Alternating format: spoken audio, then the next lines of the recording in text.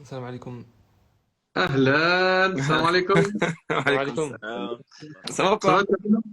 Alhamdulillah, et toi? Alhamdulillah, barakallahu fikum, ça va, T'as alhamdulillah. fini ton huitième cours aujourd'hui ou pas? Ouais, on a fini, on a fini. Ouais. T'es un petit cyborg, toi. Toi, tu me rappelles, moi, quand j'étais dans les débuts de ma dawa, je faisais 4 5 déplacements par semaine.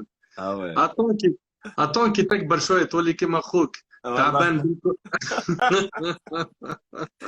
on va se mettre à la retraite, nous aussi. Ah, moi, Ouais. ça y est, là, j'ai baissé la cadence, j'arrive plus. Non, mais t'as Ah, raison, t'as Machallah, raison. c'est bien. La patate, le punch, la relève, Allah yahfak. Allah Inch'Allah. ybarak Les gens, ils vont croire que je suis un Tunisien. Je suis pas Tunisien, hein, mais je les aime beaucoup, les Non, arrête, arrête. Tu sais très bien, t'as tunisien. T'as remplacé le côté égyptien en toi. La talla, la bakaralla. La talla, la bakora, la jbik, caca. Ça t'avait choqué quand je t'avais balancé celle-là. Ah ouais. Franchement, je me suis dit, ouais, je viens de mon bled. Je bois avec la main droite, l'équipe. Arrêtez, c'est bon. Du coup, je désactive les commentaires, hein. Ouais, désactive-le, on n'en a pas besoin. C'est bon. Inch'Allah. Comme me disent les Sinon, Tunisiens, fadina minhum. Faddine, ça y est. voilà. Fadina minhum. Moi, j'avais encore deux questions. Une personne qui a fait un grand péché, quand elle demande pardon, enfin, imaginons qu'elle a fait plein de péchés auparavant, elle peut demander pardon et mettre l'attention pour tous les péchés qu'elle a commis, ou faut qu'elle mette l'attention pour un seul péché à la fois. Vas-y, Mohamed. Moi, je parlais jusqu'à fatiguer. Non, là, c'est pareil. Il y a une différence entre les grands péchés et les petits péchés. T'es fatigué. Ça fait- Il est 2 heures du mat, c'est normal. Ouais, ça a bugué. Bismillahirrahmanirrahim, alhamdulillah, salatu salam ala rasulillah, ma ba'd. Il y a une différence qu'il faut faire, une distinction qu'il faut faire entre les grands péchés et les petits péchés. Ce qu'on appelle les péchés mineurs et les péchés majeurs. Les péchés mineurs, ça, Allah subhanahu wa ta'ala, il les pardonne avec le repentir général, avec l'istighfar, le fait de demander pardon à Allah azza wa jal, avec les bonnes actions. Allah subhanahu wa ta'ala, il dit Aqim as-salata liduluki shamsi ila ghasaqi al-layl, aqim as-salata tarafay an-nahari wa zulafan min al-layl, inna al-hasanat yudhibna as-sayyi'at. Accomplis la prière aux extrémités du jour et aux heures de la nuit, car les bonnes actions, elles font disparaître les mauvaises. Ça, c'est concernant les péchés mineurs. Également, ce qui est cité par le prophète sallam, le fait de dire subhanallah wa bihamdi 100 fois, chaque lui efface ses fautes, même si elles sont aussi nombreuses que l'écume de la mer. Tout cela, c'est pardonné par le repentir général, par les bonnes actions que la personne fait. Par contre, les grands péchés que la personne commet, ceux à propos desquels il y a eu une menace particulière qu'Allah subhanahu wa ta'ala a mentionné, que le prophète sallallahu alayhi wa sallam a mentionné, comme l'acte de fornication, comme le vol, comme de toute façon, tous ceux qui sont cités dans le hadith du prophète sallallahu alayhi wa sallam, ijtanibu sab'a al-mubiqat, écartez-vous des 7 destructeurs en parlant de ces 7 grands péchés. Et il y en a d'autres. Il y a le livre de l'imam al-Dhahabi, al-Kaba'ir, etc., qui les liste. Donc le fait de commettre un grand péché, ça demande un repentir particulier. Ça demande un repentir où tu vas cibler ce péché en particulier. Tu vas dire, Ya Allah, pardonne-moi cette faute. Pourquoi? Parce que c'est tellement grave, c'est tellement important qu'on ne peut pas se contenter d'un repentir général. Précis, de bien particulier. Ya Allah, cette faute, pardonne-la moi, efface-la moi. Ya Allah, fais en sorte de me pardonner cette faute-là, et on donne des sadaqas, et on libère des esclaves. Et en vérité, pour cela, Allah subhanahu wa ta'ala, je parle de l'époque des salafs, mais pour cela, Allah subhanahu wa ta'ala, ouais, pas aujourd'hui. Non, mais en fait, parce que. Quand je t'entends parler, moi, je vois les références que tu cites, mais Ouais, je me mets ouais, dans la tête de quelqu'un qui comprend pas et dit, on y tu te arrive. repens, tu donnes des aumônes, tu libères des esclaves. Il comprend pas, il est dans le flou. Wallah. Non, mais parce qu'en fait, ça m'a fait penser à une histoire, subhanallah. J'explique que c'était une manière d'expier les péchés et Exactement. qu'avant, il y avait des esclaves. Et d'ailleurs, l'islam a encouragé au fait de libérer les esclaves et qu'aujourd'hui, on n'a plus d'esclaves et que l'affaire se fait autrement. En fait, pendant que je parlais, ça me faisait penser à une histoire qui est que Aïcha radiyallahu ta'ala anha, pour la faire courte, hein, ce sera une histoire très courte. Aïcha radiyallahu ta'ala anha, un jour, elle était très fâchée contre son neveu. Elle était fâchée et elle a juré, elle a dit par Allah, je ne vais plus jamais le revoir. Par Allah, je ne veux plus jamais le revoir. Elle a fait un serment. Les gens ont essayé, ils ont essayé d'intercéder, c'est ton neveu quand même. Et son neveu, il était très très triste que sa tante, elle ne veuille plus lui parler, elle ne veuille plus le voir. Donc, ils ont commencé à intercéder, etc. Aïcha ne voulait rien entendre. Elle a dit, il m'a fait telle chose qui est mauvaise, je ne veux plus le voir. À un moment, il y a une des personnes qui étaient présentes qui a fait une sorte de ruse avec notre mère Aïcha radiyallahu ta'ala anha pour réconcilier à tout prix Aïcha et son neveu radiyallahu ta'ala anhum wa ardahum. C'était quoi la ruse? C'était qu'il a fait comme s'il allait lui poser une question. Et au moment où il allait lui poser une question, et donc il allait entre elle et les hommes, il y avait un voile pour qu'elle réponde aux questions. Donc elle se mettait derrière un voile, et cet homme-là, il est arrivé devant ce voile-là. Bien, à ce moment-là qu'il a réussi à rentrer dans cette pièce-là pour poser une question, il a dit à son ami qui était le neveu de Aïcha de rentrer. Et il est rentré, il lui a embrassé la main, il lui a embrassé la tête, il lui a demandé pardon. Et ça veut dire que Aïcha, elle a été prise de court. Elle a dû rompre son serment obligatoirement. Mais rompre le serment, c'est quelque chose de grave. Rompre le serment qu'on fait, c'est quelque chose de grave. Et il est dit que Aïcha, elle regrettait tellement cet acte-là qu'à chaque fois qu'elle y pensait, elle pleurait et elle ordonnait qu'on libère un esclave. À chaque fois qu'elle y pensait, elle pleurait, elle ordonnait qu'on libère un esclave. Et c'est pour ça que libérer un esclave, là, évidemment, à notre époque, ça n'existe plus.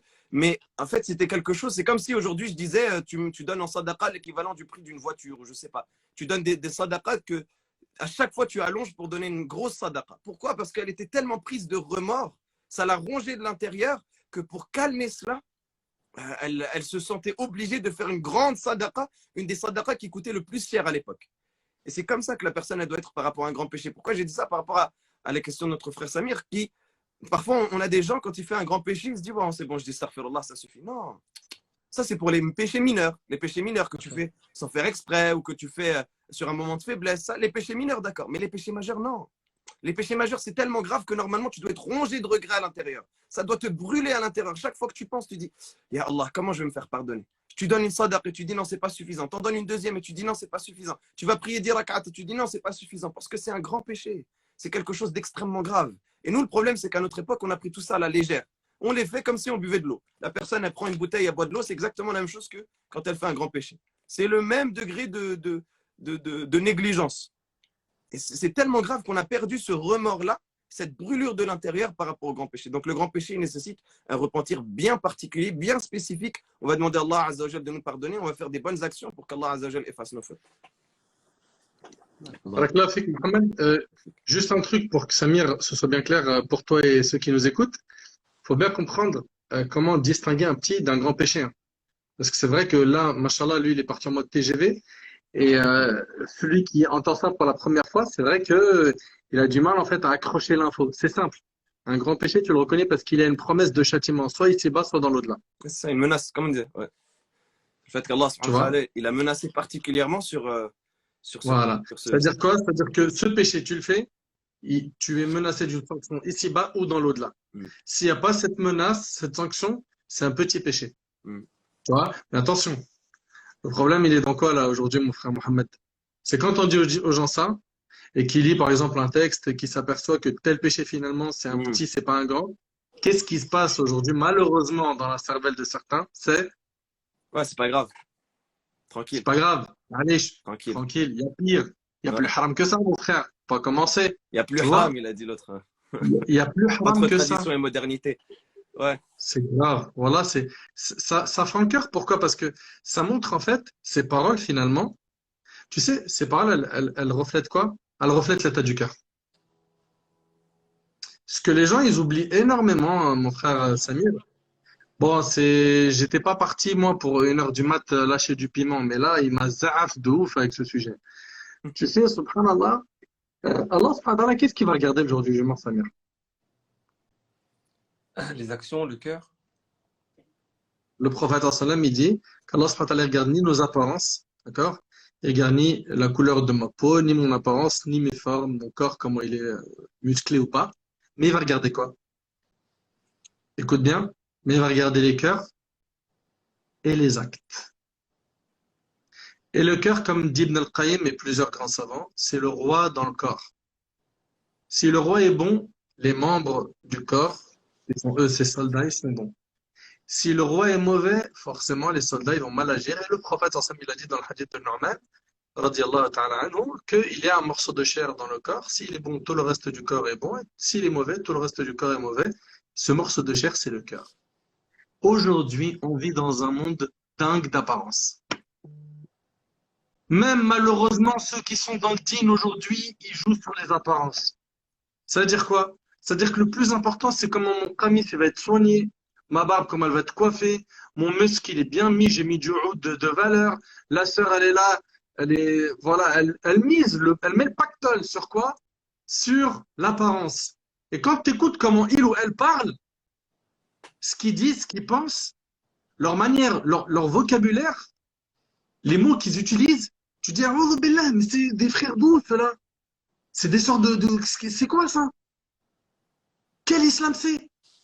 C'est le coq vide. C'est quoi? C'est une apparence uniquement. Le cœur, il est détruit, il est anéanti. C'est les ténèbres. Pourquoi? Parce qu'on vit une époque où même malheureusement ceux qui sont dans le dîne, ils se sont fait piéger. Par quoi? Le plus important, c'est l'apparence. Le cœur, khali ala Allah, mon frère. Tu vois? Et ça, wallah, moi, ça me fait mal au cœur, ça me déchire.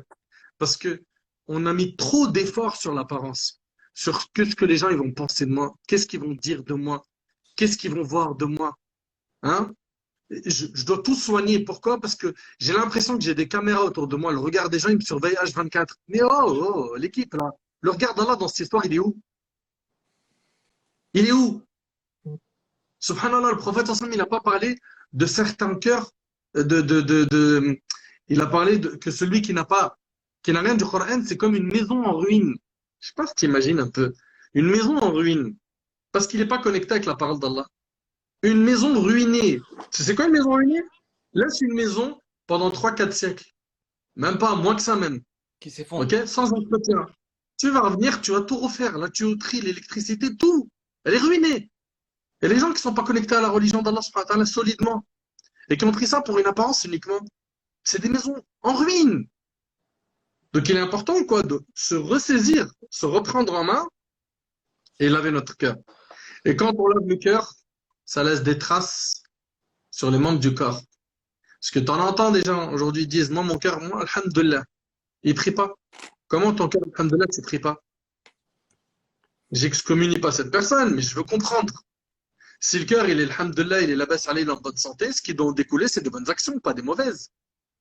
Comment cœur, alhamdoulilah, et en même temps, tu sors avec une meuf, tu fais les 4 coups, tu fumes, tu t'exploses la vie, et tu me dis, non, mais quand même, il y a pire. Moi, tu as vu, je suis que dans la schéma, lui, il roule des wanges. C'est des comparaisons de toxicomanes, ça. C'est comme ça qu'en religion, le prophète, ensemble, il a dit quoi? Il a dit, Undurum ila man huwa asfala minkum. Mais ça, c'est dans quoi? Dans quel humour, ça, Mohammed? C'est dans la dunya. Dans la dunya, le prophète me dit, regardez en dessous de vous. Regarde celui qui est en dessous. Tu as vu, toi, par exemple, tu manges, tu bois, tu te plains parce que tu n'arrives pas à vivre dans un certain confort, mais compare-toi à celui qui boit une eau, comme le dit mon frère Redouane, tu laverais même pas ta voiture avec, en Afrique. Mm. Compare-toi à ceux qui sont en bas. Mais dans la religion, on se compare à qui? Celui qui est en haut, toujours. Toujours, tu dois regarder en haut. D'ailleurs, le prophète, il a dit, la hasada illa fitnatan, dans le hadith d'Ibn Mas'ud, il a dit, l'envie, elle n'est permise que dans 2 choses. Un homme, Allah, il lui a donné de l'argent, il dépense ça dans les nobles causes, et quelqu'un, Allah, il lui a octroyé un savoir. Il enseigne aux gens, il enseigne le Coran, il enseigne la religion, il est là, il distribue son savoir, machallah. Lui, tu dois l'envier. Tu dois, c'est recommandé de quoi? D'envier cette personne, c'est demander à Allah d'être comme lui. Aujourd'hui, on envie qui aujourd'hui? On envie qui et pourquoi? Selon quels critères? Moi, ça me déchire, ça me... Ya Rab, c'est pas facile quand je parle de ça. Moi, je souffre. C'est pourquoi, Samir? Parce que regarde, là aujourd'hui, tu as vu, j'approche vers les 40 ans, tu as vu, j'ai l'impression d'être un vieux un petit peu, tu vois. 40 ans, je l'ai fait dans un an, Inch'Allah. Je me dis, oh Nader, t'as plus de l'âge. Je me rappelle quand j'avais 20 ans, tu vois, j'avais la pêche, la patate, tout ça. Tu vas me dire, ouais, tu l'as toujours, c'est gentil. Mais je me rappelle qu'à l'époque, je voyais les jeunes dans une direction, tu vois, pas beaucoup, enfin, beaucoup d'entre eux, sans généraliser, ils visaient le haram. Mais aujourd'hui, avec les réseaux sociaux, c'est encore plus facile. Tu vois, c'est encore beaucoup plus facile. C'est-à-dire qu'aujourd'hui, avec ton smartphone, ça y est, c'est comme une pizza que tu commandes, le haram, hein, elle vient dans Ouais. quelques minutes. Tu vois? Donc, il faut prendre conscience qu'il va falloir à un moment donné se regarder dans la glace et se dire, mais je vais où comme ça? Dans quelle direction je vais? Tout en Mais sachant tu sais, qu'Allah subhanahu wa ta'ala dit, je finis avec ce verset, Allah subhanahu wa ta'ala il dit, يَوْمَ لَا يَنْفَعُ مَالٌ وَلَا بَنُونَ إِلَّا مَنْ أَتَى اللَّهَ بِقَلْبٍ سَلِيمٍ. Le jour où ni les biens ni la famille ne seront d'aucune utilité, sauf celui qui se présente à Allah avec un cœur saint. La famille, visez vos cœurs, Allah yarham waldikum. Arrêtez de rendre dingue avec les apparences vous allez mourir, vous allez être dans un trou, il y aura ni votre garde-robe, ni vos montres, ni vos smartphones, ni vos comptes bancaires, ni vos 8 cartes bleues, il y aura rien de tout ça. Dans ce trou-là, il y aura rien. Il y aura que vos actions. Visez votre cœur un petit peu. Mohamed, je suis Zaaf, je te laisse la parole, parce qu'il faut que je refroidisse là, je vais mettre de l'eau dans le moteur. Vas-y, Samer, tu voulais dire quelque chose? Non, vas-y, bismillah, akhi, bismillah. Non, non, On va tfadal. après. Vas-y. En fait, ce qui il m'a fait penser à une chose, Nader, quand tu as parlé de ça juste avant. J'avais vu ça dans un rappel. Il y a quatre catégories de personnes. La première, et si tu peux finir, Inch'Allah, dont Allah a donné la dunya et la science. Hadith Abu Kabsha. C'est ça. Mhm. Si tu peux finir, Inch'Allah, Vas-y, ça Mohamed, il te le récite avec la jeune de transmission. Vas-y, Non, Mohamed. non. Non, vas-y, tfadal. Non, mais résume son sens. Tu vois, les 4 Rajul Attahu Allahu Mal. Allah subhanahu wa ta'ala, dans le hadith du prophète alayhi salatu wasalam, plutôt le prophète sallallahu alayhi wa sallam, il nous définit 4 catégories de personnes. Une personne à qui Allah subhanahu wa ta'ala a donné de la science, il a donné la religion de manière générale, et il lui a donné de l'argent, il lui a donné des biens mondains.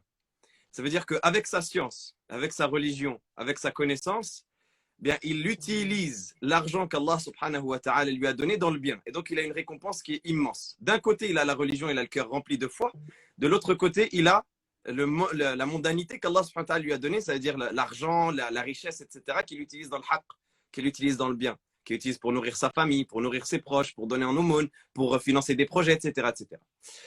Et juste après ça, il y a une catégorie d'une personne à qui Allah subhanahu wa ta'ala a donné la religion, il a donné la connaissance, mais il n'a pas donné la richesse qu'il a donnée au premier. C'est-à-dire que le deuxième, il est pauvre. Le deuxième, il n'a pas de moyens, il n'a pas de subsistance. Et donc, qu'est-ce qu'il fait ce deuxième-là? Il regarde le premier et dit, ya Allah, si seulement j'avais la même richesse qu'un tel, j'aurais fait la même chose que lui dans le khayr. J'aurais fait la même chose que lui dans le bien. Et qu'est-ce que le prophète sallallahu alayhi wa sallam dit? Fahuma fil ajri sawa. Ils sont dans la récompense équivalent. Alors que le deuxième, il n'a rien fait. Il n'a pas 1 euro en poche. Il n'a rien dépensé. Il n'a rien sacrifié. Mais il a une intention tellement sincère qu'il dit, si seulement j'avais la même richesse, wallahi, avec une intention sincère, et mon cœur il est sincère pour Allah, j'aurais dépensé de la même manière que le premier. Mais subhanallah, ils ont la même récompense. Parce que le premier, Allah Azza wa Jal lui a donné et il a éprouvé. Et donc, il a réussi son épreuve.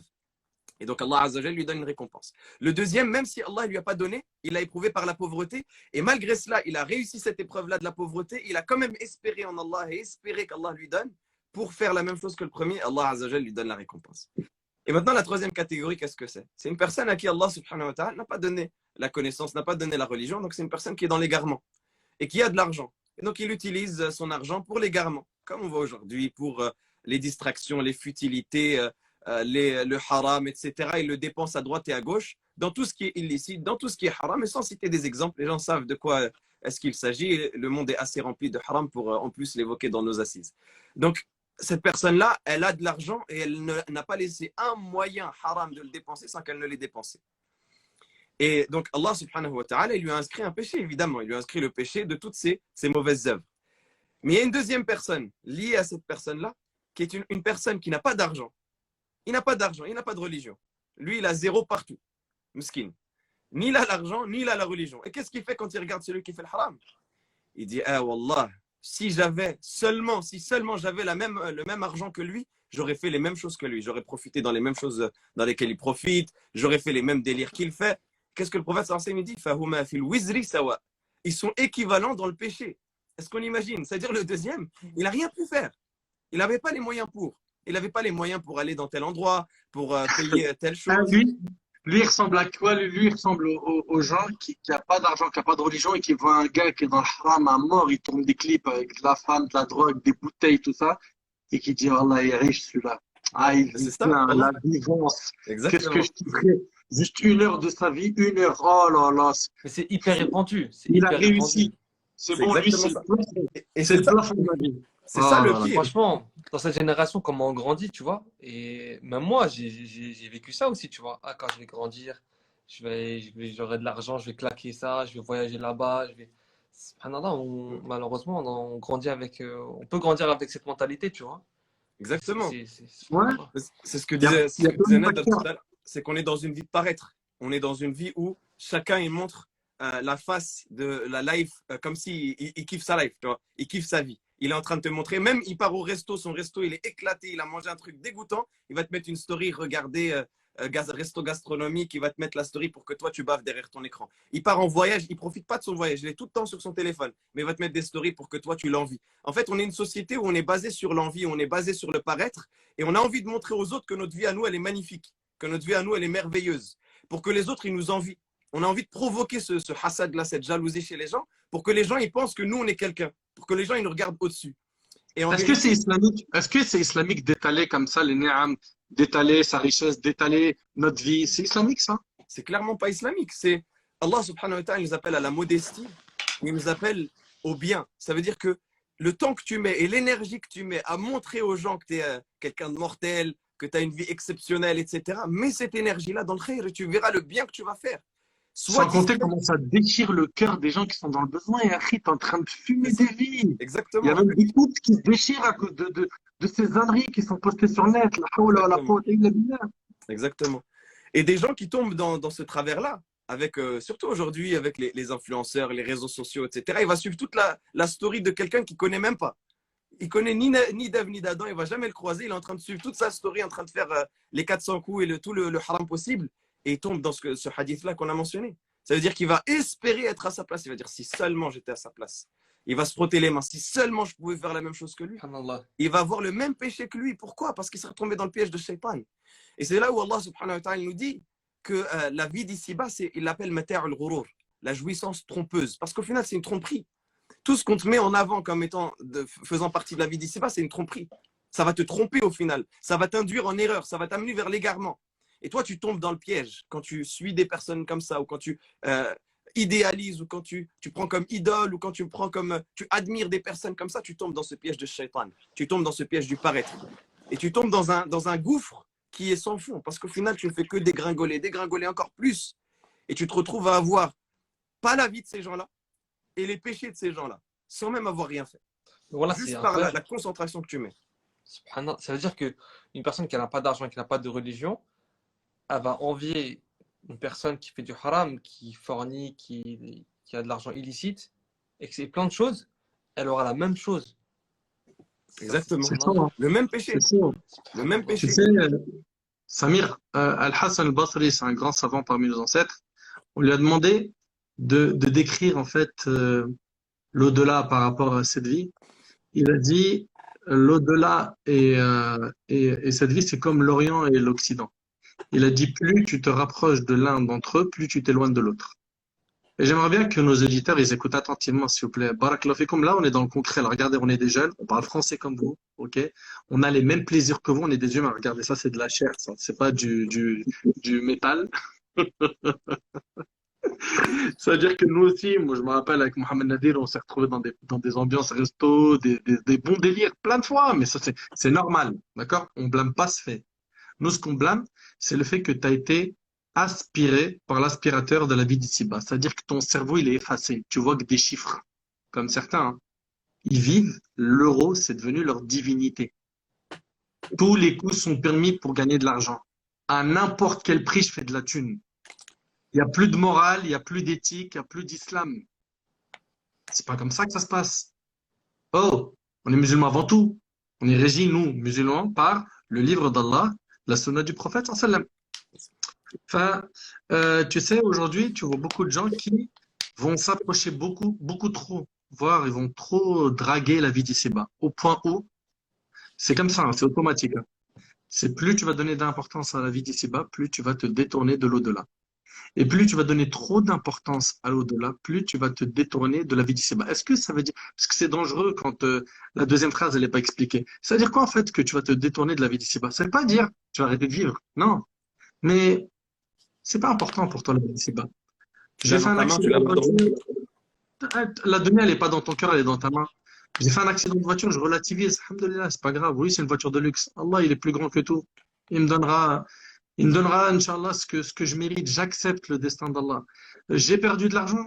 C'est pas grave. Alhamdulillah ala kulli hal. J'en ai gagné. Alhamdulillah ala kulli hal.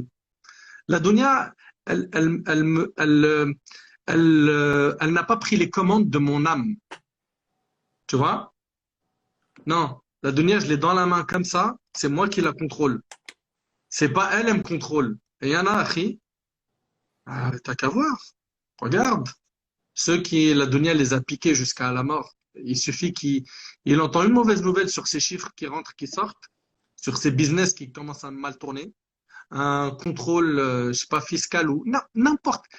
Il perd ses moyens, il perd ses repères. Pourquoi? Parce que c'est Ta'is abd dinar, Ta'is abd dirham. Ce sont des gens qui, malheureusement, ils ont adoré l'argent, ils ont adoré la vie d'ici-bas. Et ça, c'est hyper dangereux, mon frère Samir. Et regarde bien pour que mon propos soit bien clair. Il y avait des compagnons, même des prophètes qui étaient riches. Sulayman, alayhi salam, il avait un royaume que personne n'a eu avant lui. Un royaume immense. Il était riche, machallah. Daoud, alayhi salam, c'était un roi, le père de Sulayman, alayhi salam. Abdurrahman ibn Auf, c'était un compagnon qui était riche. Saad ibn Rabi', il était riche. Uthman ibn Affan, il était riche, mais attention, quand il fallait dépenser dans les nobles causes, c'est là où tu les reconnais. Les vrais. Les vrais, ils comptent pas. Ils font pas des hisabat, tu vois, des comptes, des calculs comme on le voit aujourd'hui. Ouais, mais si je donne ça, mais attends, mais je dois payer ça, telle facture. Faut y aller, faut y aller. C'est maintenant, c'est maintenant. Le coup de sifflet, c'est parti, le coup d'envoi, boum, on y va. Mais aujourd'hui, malheureusement, on a les mains liées, les pieds liés. Pourquoi? Parce que la dunya nous a lié les mains. On pense, on réfléchit que dunya. Du matin au soir. Le prophète sallallahu alayhi wa sallam, il dit quoi concernant la dunya? Il y a plein de textes, Mohamed Nadir, sur un cavalier qui est sous un arbre, quand il a décrit lui-même sa situation. Voilà, Parlons de ce hadith de d'autres. Ouais, ça me dit Mali wa dunya. Qu'est-ce que j'ai à faire avec ce bas monde?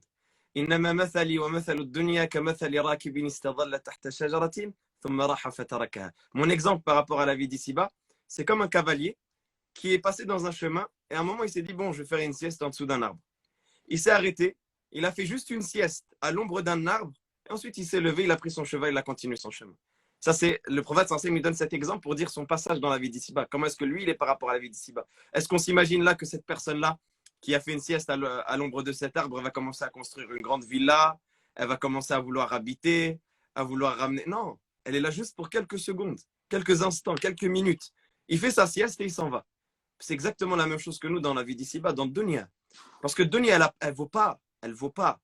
Il y a un hadith dont une transmission est faible, mais dont le sens est correct. Le prophète sallallahu alayhi wa sallam il dit لو كانت الدنيا تساوي عند الله جناح بعوضة ما سقى كافرا شربة ماء. Le prophète sallallahu alayhi wa sallam il dit si Allah subhanahu wa ta'ala donnait à cette vie d'ici-bas la valeur de l'aile d'un moustique pour nous, dans notre référentiel, la valeur que l'aile d'un moustique elle a. Nous, l'aile d'un moustique, tu la trouves par terre, tu l'essuies, c'est une saleté. Si ça, la dunya, elle avait cette valeur auprès d'Allah, Allah Azza wa Jalla n'aurait pas donné à un infidèle une gorgée d'eau. Le prophète sallallahu alayhi wa sallam, il dit également dans un hadith, un jour il est passé dans un marché, et il a trouvé une chèvre, une chèvre morte qui avait des petites oreilles, ce qu'on appelle en arabe asak. Qu'est-ce que c'est qu'asak? C'est qu'il a des petites oreilles et c'est un défaut chez les Arabes. C'est comme si là tu dis, je sais pas, une voiture qui est tamponnée. C'est une chèvre qui avait un défaut. Et non seulement elle avait un défaut, mais en plus elle était morte, c'est un cadavre. Le prophète sallallahu alayhi wa sallam, il le prend et il dit, qui veut m'acheter, combien est-ce qu'on vous donnez pour cette chèvre-là? Qui veut m'acheter cette chèvre? Et les compagnons ils disent, Ya Rasulallah, c'est une chèvre morte, c'est un cadavre. Le prophète sallallahu alayhi wa sallam, il dit, qui veut m'acheter cette chèvre-là pour une pièce? Qui veut m'acheter cette chèvre-là? Les compagnons disaient, Ya Rasulallah, si cette chèvre elle était vivante, on ne l'aurait pas acceptée parce qu'elle a un défaut. C'est-à-dire que même si elle était vivante, on ne l'aurait pas acceptée. Alors que même gratuite. Ouais, exactement. Même gratuite. Alors que dire de maintenant qu'elle est morte? Le prophète sallallahu alayhi wa sallam, il dit, qui veut prendre cette chèvre-là, je lui donne, je lui offre. Et là, les compagnons, ils disaient, Ya Rasulallah, on ne l'aurait pas accepté si elle était vivante. Elle a un défaut. À quoi ça nous sert? Alors maintenant qu'elle est morte, le prophète sallallahu alayhi wa sallam, il leur dit maintenant, il leur dit par Allah, la dunya est plus méprisable au regard d'Allah que cette chèvre à votre regard.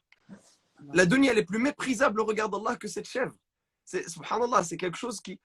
Ça veut dire que la dunya, au final, c'est tellement futile, c'est tellement pauvre, c'est des paillettes, c'est de la poussière, de la poudre aux yeux. Et au final, cette dunya-là, c'est un écran de fumée qui nous empêche de voir la réalité, qui est notre lien avec Allah subhanahu wa ta'ala, qui est le fait qu'on va mourir. Et ça nous empêche de voir justement cette réalité-là de la mort, cette réalité du retour vers Allah Azza wa Jal. C'est pour cela qu'Allah Azza wa Jal dit « Fala taghurrannakum al-hayatud dunya » Prenez garde que la vie d'ici-bas ne vous trompe pas. وَلَا يُغَرَّنَّكُمْ بِاللَّهِ الْغَرُورُ. Et que le grand trompeur qui est Shaitan ne vous trompe pas au sujet d'Allah. Parce que vous allez vous laisser tromper. Et ça va vous faire oublier votre objectif sur terre. Ça va vous faire oublier la réalité de la chose. C'est pour ça que quand tu vois une personne plongée dans les plaisirs de dunya, il n'aime pas se rappeler de la mort. Quand tu lui dis oui, rappelle-toi, tu vas mourir, tu vas revenir vers ton Seigneur, il dit vas-y, c'est bon, laisse-moi tranquille avec tout ça. Pourquoi? Parce que ça le dérange à l'intérieur. Parce que c'est une réalité. Et le prophète sallallahu alayhi wa sallam lui-même, il le dit Akthiru min dhikri hadimil ladhat. Il dit évoquez souvent le destructeur des plaisirs. Qu'est-ce que c'est que le destructeur des plaisirs? C'est la mort. Parce que la mort, elle détruit les plaisirs. Parce que la mort, elle laisse aucune réalité. Et la mort, ça nous touche tous et toutes. Et on sait jamais, on connaît notre date de vie, mais on ne connaît pas notre date de mort. On ne sait jamais quand est-ce que ça va arriver. Pourtant, on sait que la réalité qu'on a, c'est qu'on va mourir, c'est qu'on va rencontrer Allah subhanahu wa ta'ala. On est là pour une durée déterminée. On ne reviendra plus jamais. Chaque heure qui passe, chaque minute, chaque seconde, elle ne reviendra plus jamais. Là, les secondes qu'on a passées depuis le début du live, ça y est, elles ne reviendront plus. C'est fini, on enchaîne les années. On enchaîne les années. 25, 30, 35, 40, 45, et ça ne revient plus. Donc, on a un aller sans retour vers Allah subhanahu wa ta'ala. On ne reviendra plus jamais dans la vie d'ici-bas. Ça, c'est les réalités qu'on a. Et on a le fait que la vie d'ici-bas, elle n'est jamais une demeure de plaisir pour qui que ce soit. Qui que ce soit, même la personne qui a les plus grands. Parfois, des fois, quand on est aveuglé par notre référentiel à notre situation, on a l'impression toujours de voir l'herbe plus verte chez le voisin. On se dit, ah ouais, lui, machallah, lui, ça roule pour lui. Moi, ça ne va pas dans ma vie. Mais lui, ça roule pour lui. Non, lui, ça ne roule pas pour lui non plus. Et même le plus aisé et la personne qui a le plus de richesse dans la vie d'ici-bas, par Allah, qu'il a toujours une tristesse à l'intérieur de lui, qu'il a toujours une affliction à l'intérieur de lui. Parce que ça, c'est le fils d'Adam, il est comme ça. Le fils d'Adam, il est comme ça. Il n'est jamais satisfait de sa condition. Il a toujours envie de rajouter. Le prophète sallallahu alayhi wa sallam dit, si le fils d'Adam, il avait toute une vallée en or, il aurait voulu une deuxième. C'est-à-dire que le fils d'Adam, il est comme ça. Même le plus riche des riches, même celui qui est le plus bien, tu le vois, il est le plus mieux, comme disent les jeunes. Et tu vois, il est dans la situation la plus élevée. Dans Dunya, dans le face. Le plus mieux, c'est un pic méchant, ça. Non, mais tranquille, c'est l'expression maintenant. C'est devenu l'expression. J'ai une question, Inch'Allah.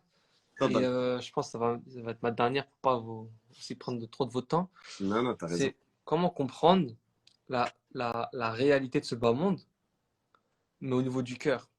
Parce qu'on peut le comprendre au niveau de. On va l'entendre, on va dire voilà, c'est vrai que la dunya, elle vaut rien. Mais pour le cœur, comment vraiment le ressentir, tu vois? Vas-y, Nedr. J'ai trop parlé, moi. Moi, il y a un hadith qui est très simple dessus. Le prophète sallallahu alayhi wa sallam, il dit Kun fi dunya ka'annaka gharib aw abri sabil. Soit, il a dit à Abdullah ibn Ammar en tenant son épaule, il lui a dit sois dans cette vie comme un étranger, quelqu'un de passage. Il faut vraiment comprendre en fait que c'est pas une demeure de stabilité, c'est un lieu de passage. Isa alayhi salam, le prophète Jésus, en parlant de cette vie, il en parlait en disant que cette vie c'est un pont. C'est un pont, cette vie, qui mène vers l'autre vie. Si les gens comprennent, ne serait-ce que cette phrase que je vais dire là, comme le prophète sallallahu alayhi wa sallam il dit, il n'y a de vraie vie que celle de l'au-delà. Qu'en réalité, nous sommes ici pour préparer l'autre vie. Si les gens comprennent ça, bingo, c'est parfait. C'est suffisant. C'est très très bien, machallah. On est ici pour préparer l'autre demeure, maintenant, Samir. Et il y en a qui se sont perdus dans les objectifs et qui oublient cela. Tu vois? Le prophète, alayhi salatu wassalam, quand on analyse sa biographie, lui, en fait, Allah subhanahu wa ta'ala, il nous l'a envoyé comme modèle. Il n'a vraiment pas accordé d'importance à cette vie. Et tabarakallah, quand tu regardes sa biographie, même les non-musulmans en témoignent, c'était un homme extraordinaire. Michael Hart, qui a écrit un livre en expliquant qui étaient les 100 personnes les plus influentes du monde, le numéro 1, il a classé le prophète sallallahu alayhi wa sallam. Il était extraordinaire, tu vois. Plein de non-musulmans ont salué le comportement, la biographie extraordinaire, marquante du prophète sallallahu alayhi wa sallam. Le prophète sallallahu alayhi wa sallam, une fois, Omar ibn Khattab, radiyallahu anhu, il rentre chez lui, c'est rapporté par Muslim, et il voit que la maison du prophète sallallahu alayhi wa sallam, elle est très modeste. Il y a un tapis, une peau de bête non tannée, c'est un tapis de paille. Le prophète il avait dormi jusqu'à ce que, tu sais, son côté, il avait laissé les traces du tapis, elles étaient marquées sur son côté, tu vois. Et Omar, en voyant en fait cette modeste demeure du prophète sallallahu alayhi wa sallam, il commence à pleurer. Et là, le prophète sallallahu alayhi wa sallam, il lui dit, pourquoi est-ce que tu pleures, ya Omar? Il dit, je pleure parce que Khosroès, César, les rois de notre époque, eux, ils sont là, ils ont les châteaux, les palais, hein, les ruisseaux, tout coule chez eux. C'est extraordinaire, c'est beau. Toi, tu es le prophète d'Allah, tu es l'élu parmi les créatures, tu es le meilleur homme qu'Allah il a créé. Et tu dors dans ces conditions-là, tu vis dans cette condition. Il a dit, oh Omar, n'es-tu pas satisfait que nous ayons, nous, l'au-delà et qu'ils aient eux ce bas monde? Faut vraiment regarder les choses avec les lunettes de la religion. La religion, elle ne nous a jamais interdit de profiter de la vie d'ici-bas. Mais elle nous a dit, fais gaffe, c'est un piège. Te concentre pas trop dessus. Ok? Mise pas tout ici. Mise tout sur l'autre vie. Ici, fais des projets, construis, entreprends, étudie, cartonne dans tes études, décroche des gros diplômes. Pourquoi pas même avoir des grands salaires si tu arrives à te contrôler, etc. Mais attention, c'est pas un objectif tout ça. Tout ça, ça doit être des moyens. Des moyens pourquoi? Pour atteindre l'agrément d'Allah subhanahu wa ta'ala. Tu vois, faut différencier deux types de personnes. Certains, ils vont faire de cette vie un objectif, d'autres un moyen. Nous, en tant que musulmans, l'argent, c'est pas un objectif. La réussite dans cette vie, c'est pas un objectif. Un objectif, c'est-à-dire l'objectif final. D'accord? Oui, il faut réussir ses diplômes, etc. Mais ma vie, elle va pas s'arrêter à ça. Moi, je sais qu'après ça, il faut que je prépare l'autre vie. L'autre vie, elle est importante. C'est l'éternité. Subhanallah, à chaque fois que j'utilise ce mot, je me rappelle de Mehdi quand il criait, quand il parlait de l'éternité qui se joue l'équipe. L'éternité, il n'y a pas de. C'est pas une peine de 30 ans ou de 40 ans de châtiment. Non, non, non. C'est une éternité. C'est pas de la blague après la mort. Tu vois? Donc, pour cela, qu'est-ce qu'il faut? Il faut garder en tête que on va profiter de cette vie, mais attention qu'elle ne nous piège pas. Le prophète, il a dit, Mal faqr akhsha alaykum. Il a dit, c'est pas la pauvreté que je crains pour vous, mais plutôt quoi? Que cette dunya s'ouvre, hein, elle ouvre ses portes à vous, que cette vie d'ici-bas vous ouvre ses portes et que vous vous concurrencez à son sujet comme se sont concurrencés vos prédécesseurs et que vous périssez comme ils ont péri. Tu vois? Donc, il faut faire super attention, il faut être vigilant. Il faut être vigilant. Et être vigilant et se méfier de la vie d'ici-bas, je le rajoute encore une fois, je mets une couche, et c'est avec ça que je termine, Inch'Allah. Ça ne veut pas signifier ne profite pas. Non? Je me rappelle que l'année dernière, grâce à Allah Azza wa Jal, je suis parti avec ma femme et mes enfants dans des beaux endroits en été. Tu vois, on a mangé des bons plats, on est resté dans des très beaux endroits, machallah. On a décompressé totalement. Mais il n'y a aucun problème à cela. Mais on ne vit pas pour ça. C'est pas l'objectif final que vise le musulman. L'objectif final chez nous, il est trop grand et noble. Il s'appelle Al-Firdaus al-A'la. Le prophète sallallahu alayhi wa sallam, il a dit, quand vous demandez le paradis, demandez Al-Firdaus al-A'la. Vise le plafond concernant le paradis. Sois ambitieux à mort. Dans cette vie, on est ambitieux, on veut des 3000 euros par mois, c'est pas assez, j'en veux 4000, 4000, c'est pas assez, j'en veux 5000, tu vois. Et pour le paradis, on a l'impression que dans notre tête, un petit 10 mètres carrés, ça nous va. Mais pourquoi cette mentalité de gens éclatés? C'est quoi cette histoire-là? Non, moi je veux que là-bas, j'arrive, je veux que ce soit grandiose, immense. Tu vois, mais pour ça, il faut se donner les moyens. Et le prophète, Sam, il a dit, y a-t-il d'entre vous certains qui vont se retrousser les manches pour le paradis? Tu vois? Pour le paradis, il va falloir se retrousser les manches. Il va falloir faire des efforts. Il y a un effort à fournir. Le prophète, en salam, il dit, et c'est avec ça que je termine, toute, il a dit, toute ma communauté entrera au paradis, sauf celui qui refuse. C'est un peu étonnant d'entendre ça. Et les gens, ils ont demandé au prophète, qui refuse? Et Rasulallah, il a dit, celui qui m'obéit. Et il aura accepté d'entrer au paradis. Et celui qui me désobéit, il aura refusé d'entrer au paradis. Obéissez à Allah, obéissez au prophète sallam. C'est dans ça que vous avez votre secours, c'est dans ça que vous avez votre salut, c'est dans ça que vous serez bien ici-bas et dans l'au-delà.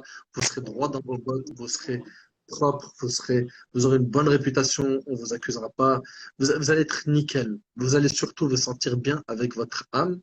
Et c'est avec ça que je termine, wallahu a'lam. Et je te laisse, si tu as une dernière question sur ce que je viens de dire, elle sera adressée à Mohamed Adil, c'est lui qui boucle, Inch'Allah. Non, c'est bon, c'est la dernière question, il me semble, non? Si j'ai une question. Euh, Ce sujet-là, hein, toujours hein, de dunya, tout ça. ah là, Dunya, ça veut dire ce bas monde, pour ceux qui ne comprennent pas le mot dunya. C'est non, pas un prénom. je réfléchissais plus aux questions, j'étais en train d'écouter. Là, j'ai pas de questions. Non, c'est bon. Alors, je laisse T'as Mohamed tout dit. rajoute un petit bout. Moi, allez, je rajoute un petit bout sur la vie d'ici-bas. Et comme ça, en fait, nos jeunes, ils se font pas piéger. Inch'Allah. En quelques secondes, de toutes les manières, à un moment, il faut se poser, il faut faire une introspection. Ça veut dire qu'on ne peut pas attendre la solution miracle qui va tomber sur nous comme ça. À un moment, il faut se poser. De la même manière que par rapport à Dunya, par rapport à la vie d'ici-bas, justement, quand on veut faire un projet, un commerce, on s'assoit, on fait une stratégie, un business plan, on commence à réfléchir. Par rapport à l'akhira, il faut se poser aussi. Il faut commencer à réfléchir. Il faut se faire une muhasaba, une introspection. Et normalement, les pieux prédécesseurs, ils le faisaient tous les jours avant de dormir. Avant de dormir. Il y en a même que lorsqu'ils allaient dormir, ils allaient dormir dans une tombe. Il y avait même un des salafs, il a creusé une tombe chez lui et il allait dormir dans la tombe. Pourquoi? Pour que chaque soir, il arrive à méditer comme s'il était dans la tombe et comme la personne qui meurt et qui se retrouve dans sa tombe et qui se dit, Ya Allah, si seulement je pouvais revenir dans le dunya et faire des bonnes œuvres. Et tous les matins, quand il se levait, il se disait, bah voilà, Allah Azza wa Jalla, il m'a permis de vivre un nouveau jour. C'est comme si j'étais dans ma tombe et Allah il m'a permis de ressusciter. Et donc maintenant, à moi d'œuvrer. En vérité, il n'y a pas mille et une solutions. Il y a une solution qui est de se poser et de réfléchir sur les fondamentaux. Fais la liste, regarde ce que tu dois à Allah subhanahu wa ta'ala, ce qui ne va pas dans ta religion, ce qui ne va pas dans ton quotidien. Fais ton introspection, juge-toi toi-même et regarde dans ton quotidien qu'est-ce qui a le plus de valeur.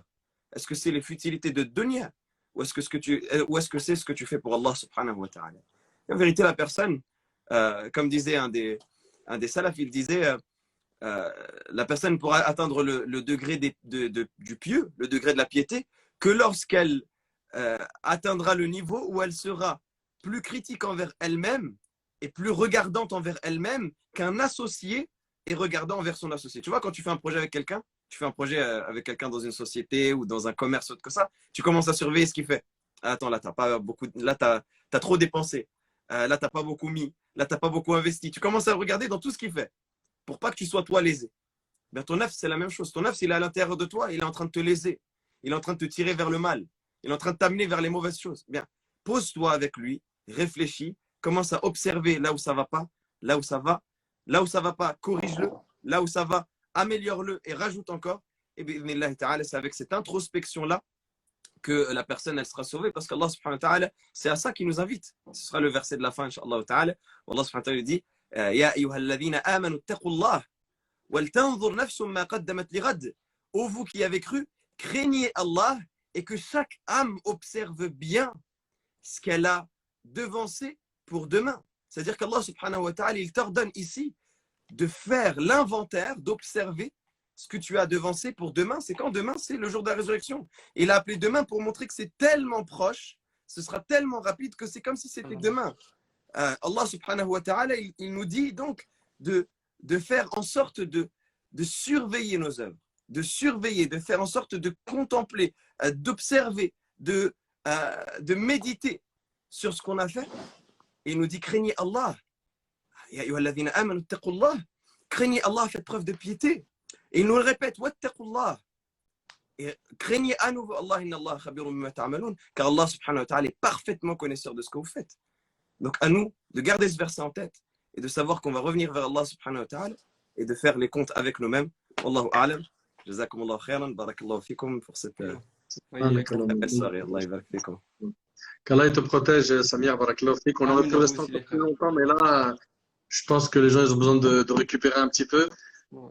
Ah, Mohamed, ils sont pas tous comme toi. Hein. Allah yadik.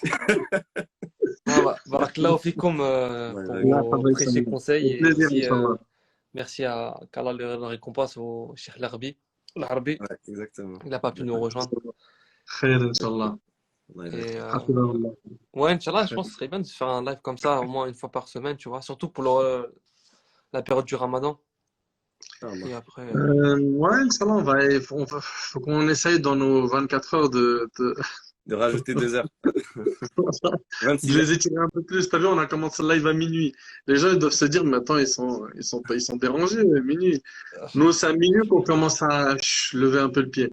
Mais avec plaisir, Samir, Inch'Allah, on essaiera de planifier ça. En story, on annoncera que qu'il y ait un live en vue, et puis avec grand plaisir. Barakallahu fik, Mohamed Nadir, d'avoir été présent. Barakallahu fik. Il a été content. Je l'ai attrapé comme ça, hein. Je voyais un message comme ça, j'ai dit, allez, t'es libre. Il m'a dit, moi, ok. Jazakallah khair, barakallahu fik, Mohamed. qu'Allah te préserve. Samir, barakallahu fik pour tout, prends soin de toi. Amin, à vous aussi les frères. Continue tes efforts, mashallah, qu'Allah te récompense et te préserve. Et prends soin de toi bientôt, Inch'Allah. Amin. Salam alaikum. Barakallahu fik. Wa alaykoum assalam wa rahmatullah. Hafizakumullah. Assalamu alaikum wa rahmatullah.